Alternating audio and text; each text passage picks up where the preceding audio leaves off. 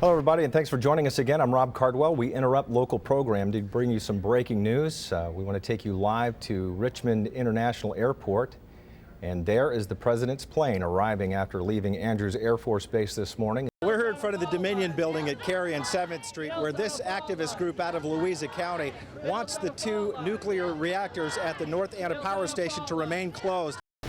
Well, he's at the beginning of a journey that many VCU Rams hope takes them to another big dance. VCU head coach Shaka Smart joining us now. Thank you so much for taking time out of your busy schedule. Over the past several weeks, the mayor has been under fire from members of the Richmond City Council. The handling of Hurricane Irene, the awarding of a new city jail contract, even the administration's relationship with the city auditor, all called into question. Well, now we've learned there are questions about the money the city gets as a result of a fee paid by cable TV subscribers. Mark Holmberg investigates this morning. They say some of the characters have become aggressive because they want tips from the tourists. Oh, she needed him right in the pineapples. Did you see that? These ladies weren't giving any tips. No, I don't think so. They're giving punches.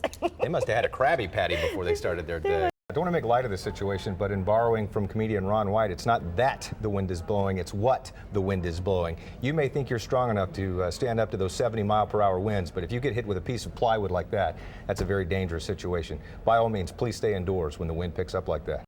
Richmond police are trying to figure out who fatally shot Bonnie Marrow in Church Hill a week ago on her way to her nursing job at MCV. So far, it's been an uphill battle.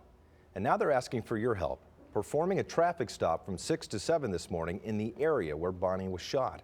Our Jarita Patterson joins us live from Church Hill this morning with more on what police are hoping to find. Jarita.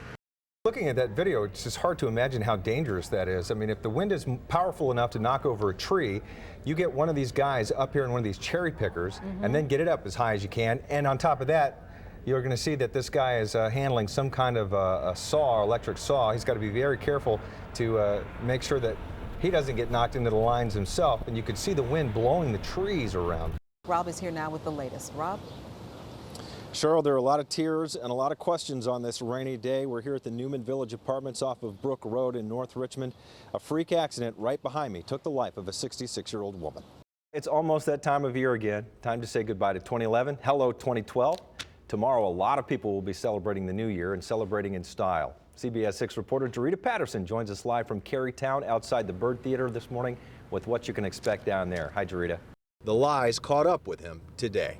Now, regardless of his medical history or his motive, the prosecution says that bank robbery is one of the more serious crimes that can come through the federal court. As you just heard Mara's attorney mention, the federal judge has approved treatment for his depression issues while behind bars, and he'll also recommend to the Federal Bureau of Prisons that Mara spend those 25 years in a facility close to his wife in Louisiana. Reporting outside of the federal courthouse in downtown Richmond, Rob Cardwell, CBS 6 News.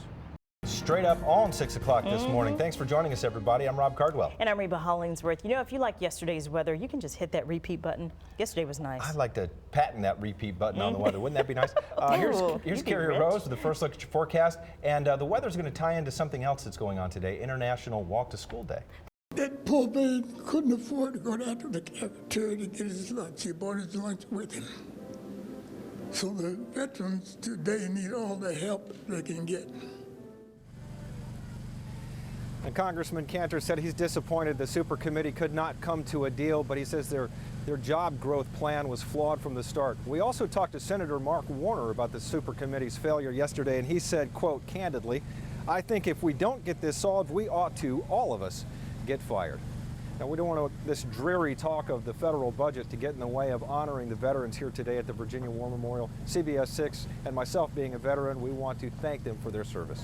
Reporting live at the Virginia War Memorial in Richmond, Rob Cardwell, CBS 6 News.